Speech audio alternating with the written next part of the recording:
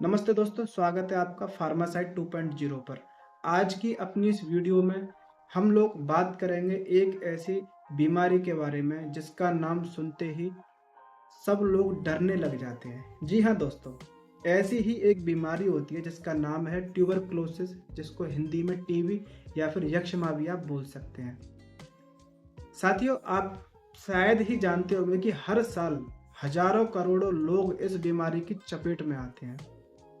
लेकिन सबसे दुख की बात ये होती है कि कम जानकारी के अभाव के कारण कुछ लोग इसको मौसमी बीमारी समझकर टाल देते हैं, या फिर कुछ लोग दुनिया के लोगों के डर से इसका इलाज नहीं करा पाते हैं और कुछ पैसों की तंगी की वजह से भी इसका इलाज नहीं करा पाते हैं। आज अपनी इस वीडियो में हम लोग डिटेल से टीबी का विश्लेषण करेंगे और जानेंगे उस बैक्टीरिया और उन गलतियों के बारे में जो इस बीमारी को और भी ज़्यादा खतरनाक बनाते हैं। और साथियों, साथ ही साथ ये भी जानेंगे कि इसका सटीक इलाज क्या होना चाहिए और क्या होता है। साथियों, आज के इस आधुनिक समय में टीबी का इलाज पूर्ण रूप से पॉसिबल है, यदि आपको संपूर्ण जानकारी हो तो। चलिए साथियों, वीडियो को शुरू करते हैं, लेकिन उससे पहले हम ये समझेंगे कि टीबी क्या होती है, कितने प्रकार की होती है। दोस्तों, टीबी कोई मौसमी बीमारी नहीं होती है, वायरल इन्फेक्शन नहीं होता है। ना ही ये गर्मियों में होता है, ना सर्दियों में, ना ही बरसातों में, ना ही ठंड के मौसम में, बल्कि ये एक बैक्टीरिया के कारण होता है जिसका नाम होता है माइकोबैक्टीरियम ट्यूबरक्लोसिस। दोस्तों, मेडिकल साइंस के मुताबिक टीबी दो प्रकार की होती है और बहुत से लोग सोचते हैं कि टीबी सिर्फ फेफड़ों की ही होती है, बल्कि ये पूरा सच नहीं होता। टीबी दो प्रकार की होती है, दो स्टेज होती है टीबी की। पहली होती है पल्मोनरी ट्यूबरक्लोसिस, यानी कि फेफड़ों की टीबी, जो कि फेफड़ों को प्रभावित करती है और ये एक दूसरे व्यक्ति में फैलती है। दूसरे नंबर पर होती है एक्स्ट्रा पल्मोनरी टीबी, यानी कि फेफड़ों के बाहरी अंगों की टीबी, आपके शरीर के जो बाहरी अन्य अंग होते हैं उसकी टीबी। दोस्तों, टीबी का जो बैक्टीरिया होता है ये फेफड़ों से निकलकर आपके खून में मिलकर शरीर के अन्य अंगों तक पहुंचता है और उनको इन्फेक्टेड करता है। लेकिन साथियों, ये जो टीबी बाहरी टीबी होती है ये संक्रामक नहीं होती है, एक व्यक्ति से दूसरे व्यक्ति में नहीं फैलती है। ये सबसे जरूरी बात है कि जो फेफड़ों की टीबी होती है ये संक्रामक होती है, एक से दूसरे व्यक्ति में फैलती है, क्योंकि जब संक्रमित व्यक्ति खांसता है या फिर छींकता है तो उसकी खांसने छींकने में जो छोटी छोटी बूंदा निकलती है उसको ड्रॉपलेट कहा जाता है। उसमें ये बैक्टीरिया मौजूद होता है जो कि सांस के द्वारा फेफड़ों में प्रवेश करता है। या फिर दोस्तों, जो व्यक्ति संक्रमित होता है उसके आसपास की जो वस्तुएं होती हैं उन पर भी ये बैक्टीरिया मौजूद होता है, और जब तक वहाँ पर सूर्य की रोशनी या गर्मी के संपर्क में ये बैक्टीरिया नहीं आता तब तक नष्ट नहीं होता है। अब साथियों, बात करते हैं उन गलतियों के बारे में जो कि टीबी को और भी ज़्यादा खतरनाक बनाती हैं, जिससे टीबी फैलती है।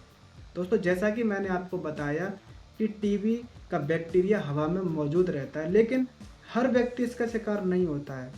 और सोचने वाली बात ये होती है कि कुछ लोग जिनको टीबी होती है वो आखिर क्यों इसका शिकार होते हैं। इन्हीं गलतियों के बारे में आज मैं आपको बताऊंगा जो लोग ये गलती करते हैं और टीबी का शिकार होते हैं। सबसे पहले नंबर पर इम्यूनिटी पावर का कम होना।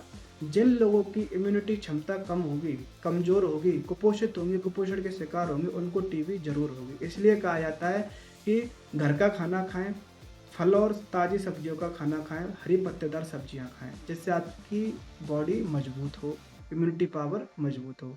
दूसरे नंबर पर HIV या फिर डायबिटीज़ जैसे मरीजों को। दोस्तों, जो लोग डायबिटीज़ और HIV के पेशेंट होते हैं उनकी इम्यूनिटी पावर ऑलरेडी पहले से ही कम हो जाती है, तो उनमें 10 गुना ज़्यादा खतरा होता है टीबी फैलने का। तीसरे नंबर पर धूम्रपान और प्रदूषण। जो लोग अत्यधिक मात्रा में बीड़ी, सिगरेट और हुक्का इस तरह का धूम्रपान करते हैं तो उनके फेफड़े में छेद हो जाते हैं जिनमें टीबी का बैक्टीरिया अपना घर बना लेता है। चौथे नंबर पर आबादी वाले स्थानों पर रहना। बहुत से लोग एक बंद कोठरी में 5 से 6 लोग एक साथ रहते हैं जहाँ पर सूर्य की रोशनी नहीं पड़ती है, शुद्ध हवा नहीं जाती है। तो ऐसी सीलन वाली जगहों पर, ऐसी नमी वाली जगहों पर टीबी का बैक्टीरिया बहुत जल्दी पनपता है और इन्फेक्टेड करता है। इसीलिए कहा जाता है दोस्तों कि घर ऐसा होना चाहिए यहाँ पर पर्याप्त वेंटिलेशन हो, जहाँ पर सूर्य की किरणें पहुँचे, शुद्ध हवा पहुँचे, ताकि आपको ऐसी गंभीर बीमारियाँ ना हो सके। पांचवें नंबर पर होता है साथियों इसके लक्षणों को हल्के में लेना, क्योंकि जब आपको 1 हफ्ते से ज़्यादा खांसी बनी हुई है, बुखार बना हुआ है, फिर भी लोग इसको मौसमी या बदलते मौसम की बीमारियां समझकर इग्नोर कर देते हैं या फिर किसी अन्य बीमारियों का इलाज कराते रहते हैं, लेकिन टीबी का पता नहीं लगा पाते। छठे नंबर पर शराब का इस्तेमाल करना। जो लोग शराब का इस्तेमाल करते हैं उनका शरीर बहुत ज़्यादा कमज़ोर हो जाता है, इम्यूनिटी कम हो जाती है, जिससे शिकार हो जाते हैं। सातवें नंबर पर दोस्तों ये सबसे बड़ी गलती होती है, इलाज को बीच में छोड़ देना। जो लोग टीबी के शिकार होते हैं, टीबी उनको हो जाती है, वो लोग क्या करते हैं दोस्तों, जब अपना इलाज बीच में छोड़ देते हैं। बहुत से लोग प्राइवेट अस्पताल से इलाज कराते हैं और वहाँ का इलाज काफ़ी कॉस्टली भी होता है, जिसकी वजह से वो अफोर्ड नहीं कर पाते हैं और 2 से 4 महीना इलाज कराने के बाद में छोड़ देते हैं, या फिर ठीक हो जाते हैं तब भी छोड़ देते हैं। और कुछ लोग ऐसे होते हैं जो गवर्नमेंट सरकारी के हॉस्पिटलों से दवाई खाते हैं और जब 2, 4, 6 महीने दवाई खाते हैं और जैसे ही वो बिल्कुल स्वस्थ हो जाते हैं, दवाइयों को बंद कर देते हैं, पूरा कोर्स नहीं लेते। ये सबसे बड़ी गलती होती है जो कि MDR टीबी को बढ़ावा देती है।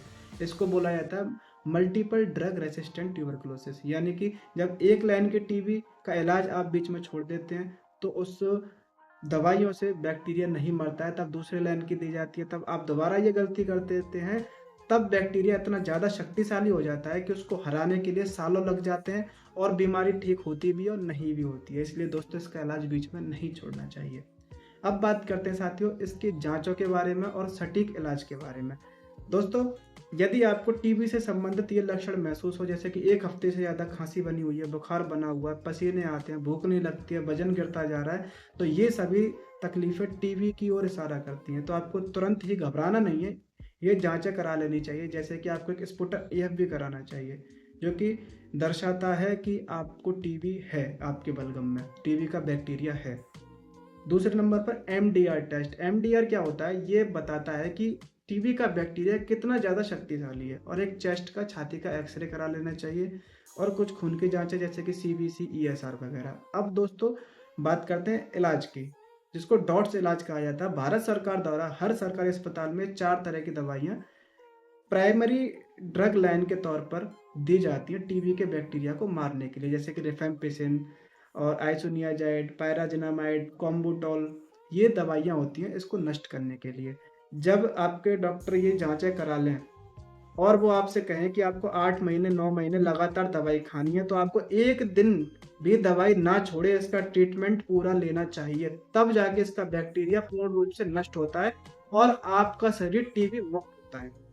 इसके साथ ही आपको अच्छा खान-पीन रखना चाहिए, जैसे कि फल, सब्जियाँ, प्रोटीन की चीज़ें जैसे कि दालें, अंडे, दूध, पनीर, ऐसे खान-पीन का इस्तेमाल करें। दोस्तों भारत सरकार द्वारा भी टीबी के मरीज को इलाज के साथ-साथ अच्छे खान-पीन के लिए ₹500 हर महीने उनके अकाउंट में भेजे जाते हैं। जब आप किसी सरकारी सेंटर पर जाते हैं टीबी का इलाज कराने के लिए, तो वहाँ पर आपका आधार कार्ड और बैंक की पासबुक ली जाती है, ताकि हर महीने आपके खाते में ₹500 आ सकें।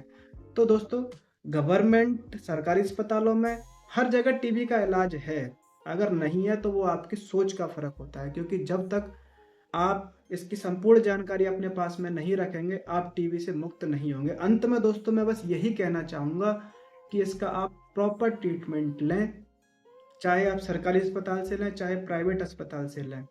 इलाज दोनों ही जगह आज के इस आधुनिक युग में पॉसिबल है। बस आपको इलाज सही समय तक कराना होता है डॉक्टर के कहे अनुसार, और इसमें एक दिन की भी दवाई ना लेना, एक टाइम की भी दवाई ना लेने का मतलब होता है कि आपका पूरा कोर्स बेकार हो गया। इसलिए दोस्तों 9 महीने तक कंटिन्यूस दवाई खाएं। और यदि आपके घर में आपके आसपास कोई टीबी का मरीज है तो आप उसको भी मास्क का प्रयोग कराएं और आप भी मास्क का प्रयोग करें, और उसकी वस्तुओं को छूने से पहले ग्लव्स का इस्तेमाल जरूर करें, और जो भी उनका बलगम वगैरह आता है उसको ऐसी जगह नष्ट करें जैसे कि मिट्टी में गड्ढा खोदकर गहरा सा उसमें दबा दें, ताकि बैक्टीरिया हवा में ना फैले और ज़्यादा से ज़्यादा लोगों को संक्रमित नहीं करें। साथियों अगर आपको ये लगता हो कि मेरी ये वीडियो वाकई में जानकारी से भरी हुई है, तो इसको सभी लोगों तक शेयर जरूर करें, ताकि टीबी हारे और देश जीते। क्योंकि दोस्तों हर साल लाखों लोग इस बीमारी की चपेट में आकर मर जाते हैं, क्योंकि दोस्तों टीबी का इलाज बहुत ही ज़्यादा पॉसिबल है आज के समय पर, इसका इलाज है। अगर नहीं है तो वो है अज्ञान, क्योंकि बहुत से लोग को ज्ञान ही नहीं है कि इसका इलाज कितने दिन खाना है। अगर आप ये वीडियो उन लोगों तक पहुंचाएंगे तो उनको ज़रूर पता चलेगा कि हमें किस तरह से इसका ट्रीटमेंट लेना चाहिए, ताकि टीबी को हमारे देश से जड़ से ख़त्म किया जा सके। साथियों, मिलते हैं अगली वीडियो में। तब तक के लिए देखते रहिए फार्मासाइट 2.0। स्वस्थ रहिए, जागरूक रहिए। धन्यवाद।